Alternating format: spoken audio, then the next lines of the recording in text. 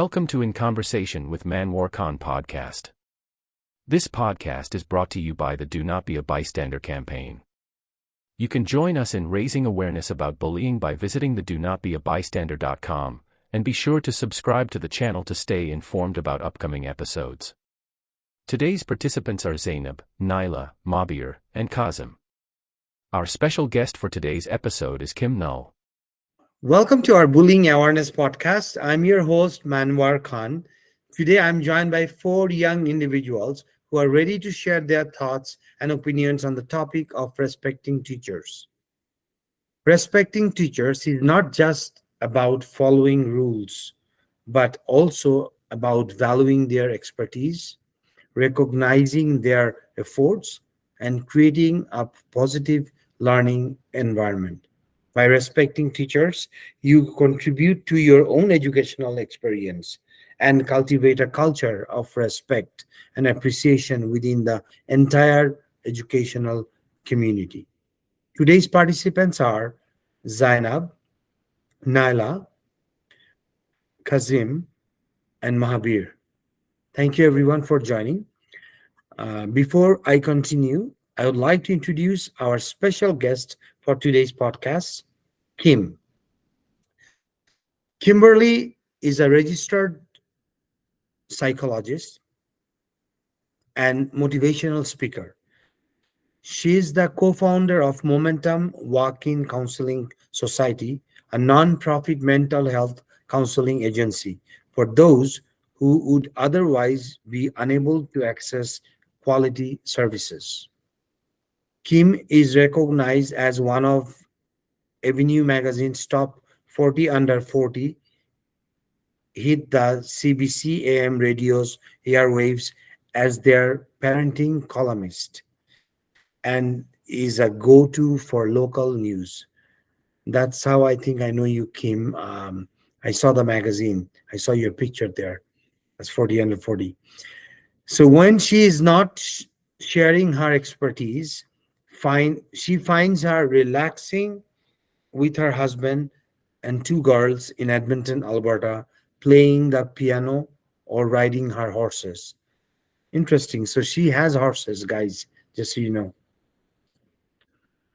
All right. Excellent. So thank you so much, Kim, for joining us today. Kim will shed some lights on the topic of this for our today's topic, which is respecting teachers.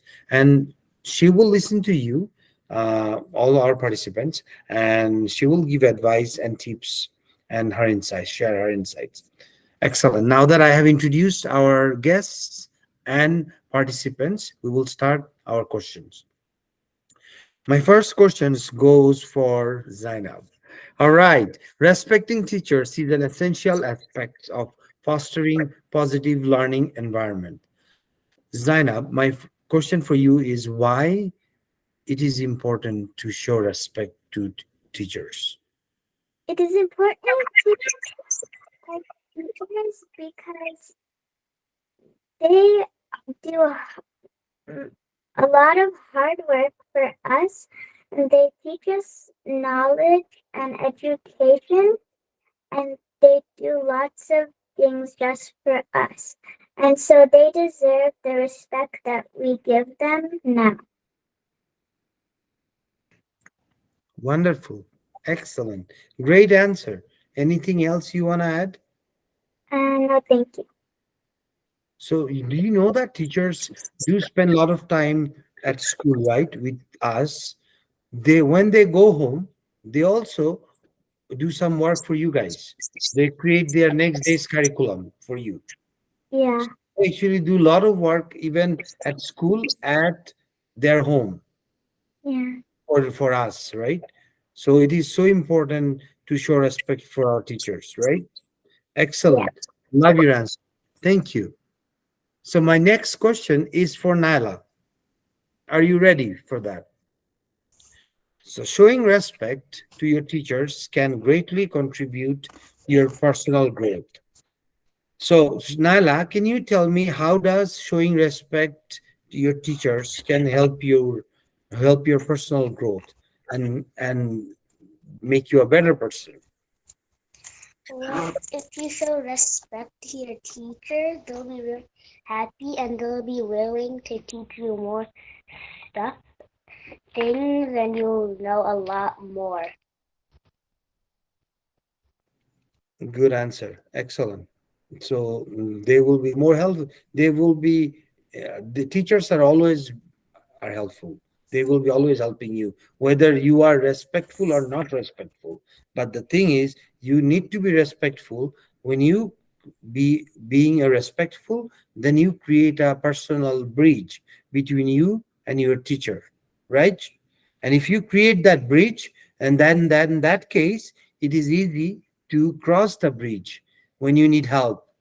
You can go to your teacher and with that bridge and say, okay, I need your help with this, and you get your help right away. So respecting is not a bad thing, and it is an essential thing, especially for students when it comes to teachers, right? Do you agree with me, Naila? All right, excellent. Thank you so much. Great answer. So my next question is for Kasim. Parents and guardian play a crucial role in shaping children's attitude. So, how can parents encourage their children to respect their teacher? Parents can encourage their children to respect teachers by teaching their children proper etiquette. By teaching us proper school etiquette, we can better understand how to react with teachers and other staff members of our school. And teaching us how to speak to our teachers in a proper tone and respectful tone is another way that they can encourage us to respect our teachers, because our tone is an important part of how we are, what we are. Exactly. I totally agree with you. It's interesting. When I grew up, um, I'm originally from Bangladesh. I came to Canada 23 years ago. So when I was kid, I didn't do my homework. My teacher was mad, and I got my punishment. I don't want to talk about what kind of punishment was that, but that was a big punishment. So I was very sad. I came home. I told my mom, my dad actually, that okay, I didn't like the way my teacher behaved. So my dad said, okay, why did he give you punishment? I said, because I just didn't do my homework. He said, oh, you just didn't do your homework? And I said, yes, I didn't. So he said, he didn't say anything else actually after that. He just said, who do you respect more in your life? So I said, I respect most you and mom. And then my dad said, then from now on, remember, you respect all your teachers more than us. That's the value instilled in me. It's not for everyone's. I still believe that everyone has their own opinion, but my dad was like that. So for to me, I still have my we're very well connected with my all my old teachers, like school teachers, college and university teachers. I don't know why, but there once a teacher is always a teacher, right? So you're learning, they're teaching you, you're learning from them. You must respect them, and it should come from heart. That's it. Right? Great answer. Excellent. Thank you so much, Kazim. So my next question is for Mahavir. Mahavir, what are some common forms of disrespect towards teachers that students should avoid?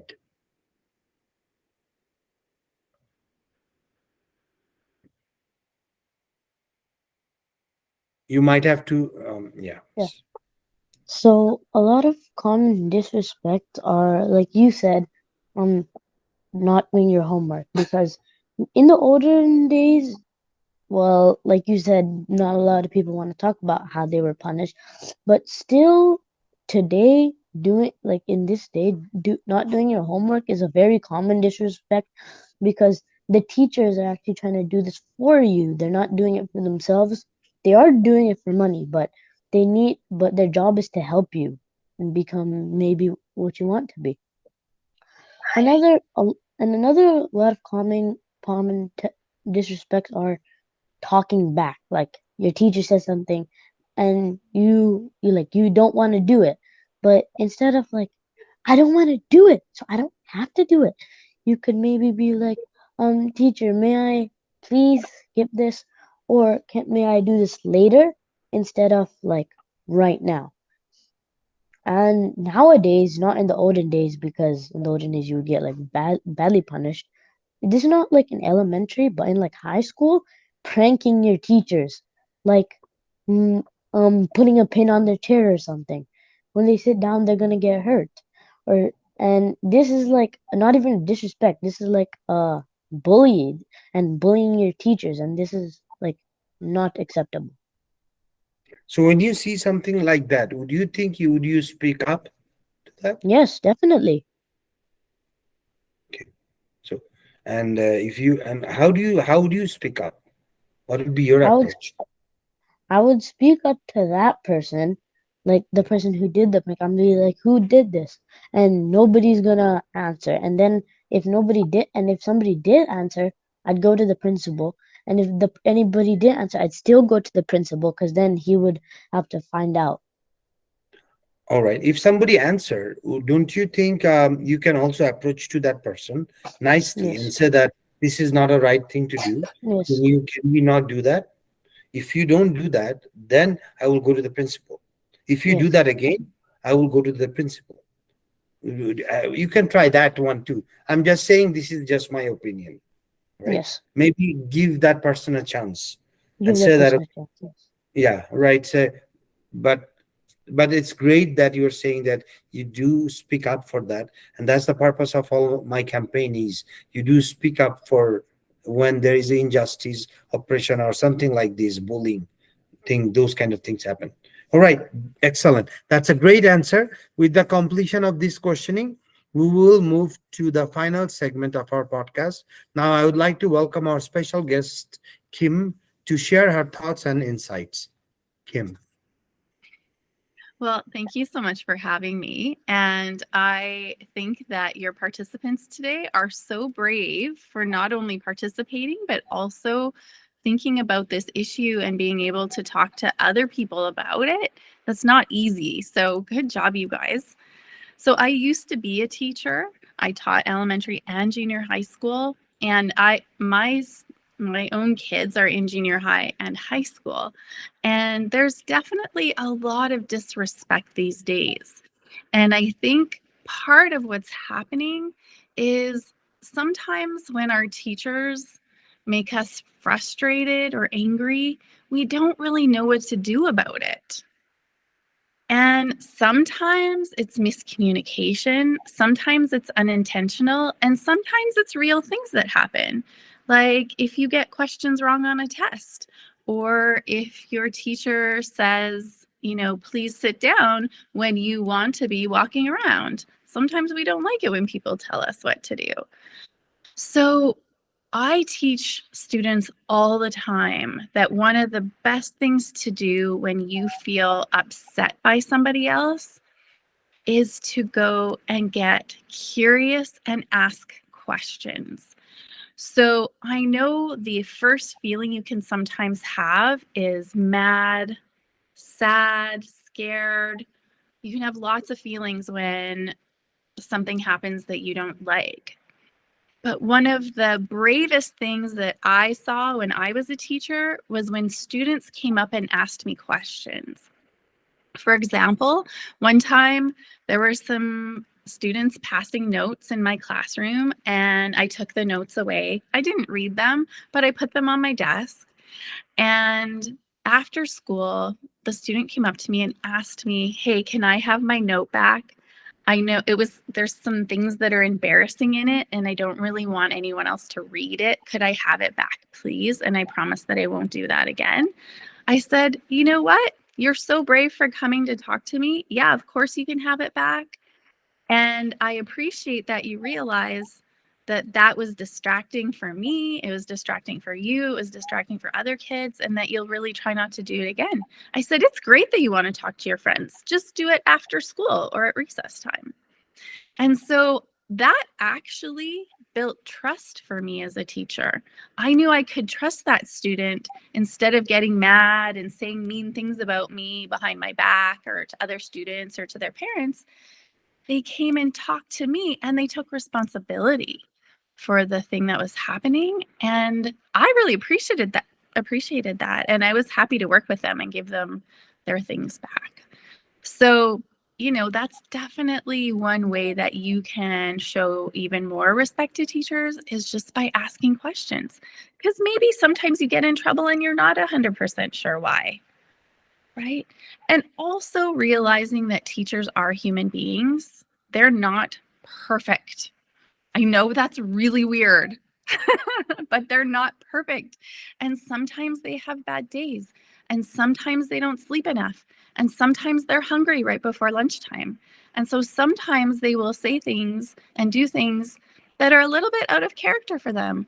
And so if you can tell your teacher, I appreciate that I should have been sitting down instead of standing up and walking around the classroom. But, that did hurt my feelings when you talked to me that way. You know what? I would really respect a student that would come up and tell me that. And that would give me an opportunity to apologize. Just like when you do something in class that hurts someone else's feelings, you apologize, right? So adults can apologize too because we are not perfect. That's for sure. And that builds trust, doesn't it? When someone says sorry for something that hurt your feelings. Yeah. Do you have any questions for me? No? All those things sound good. Do you think, oh yeah. Okay, go ahead, Nala. So was it like really hard to be a teacher? Yes, it was really hard. And I wasn't married and I didn't have kids at the time. And I can only imagine if I had to take care of a family also, it would be even harder because it's true. You do a lot of work after school and a lot of work on the weekends. And it's tiring. It's tiring to be with so many children all day long. But you know what? I really loved it because I loved my students. My students were fantastic. Even the ones who didn't behave properly all the time, I still loved them because they were great. Sometimes their behavior wasn't great, but I always really loved them. So I found that really rewarding. Thank you for your question. Kazim. As a teacher, you mentioned how like that kid, you were happy that he didn't go behind your back and talk about it. So as a teacher, have you ever noticed anybody talking behind your back about like, oh, she did this to me, oh, she did that to me? Have you ever Oh, caught anyone? definitely. I think it's normal to talk about things that you don't like with your friends. And I definitely caught students talking about me again, because I said earlier, I mean, no one likes to be told what to do. No one likes to get in trouble. And the first thing you want to do is go tell your friends about it. But I think what's so helpful is because it is good to share your feelings. If you're upset, I definitely think you should share your feelings. And I think it's nice to have balance, which is, oh my gosh, I'm so upset that my teacher said this or did this. And then also say, this is what I did. This is part of what my responsibility was in that, and maybe next time I won't do that. Or maybe I owe my teacher an apology. I'm telling you, you guys, if I got apologies from my students, which did not happen very often, but when I did, I loved them even more because that just showed me that they care too. They care about their class, they care about me. I really, really liked that when students said, I apologize for not doing my homework, or I apologize for yelling when I shouldn't have been, or running when I shouldn't have been. That shows me that you're very mature. Yep. Got your answer, Kazim? Yeah. Thank Yeah, you. good question. Great answer. Anything else? Kim, would you like to add? I think I teach adults all the time who are leaders to talk to people, not about people. And I'm sure you've talked about that quite a bit, because talking behind people's backs doesn't feel very good when that happens to you. So, I think when you have a problem with someone, it's really nice to talk to your friend about it, not to make the other person look bad, but to try and find a solution. So, figure out a solution and then go and talk to the person. And even adults find it scary to have hard conversations, to ask questions, to say they're sorry. But you know what? These are skills that get easier and easier the more you practice them. And when you become older and you get a job, you'll still use those same skills.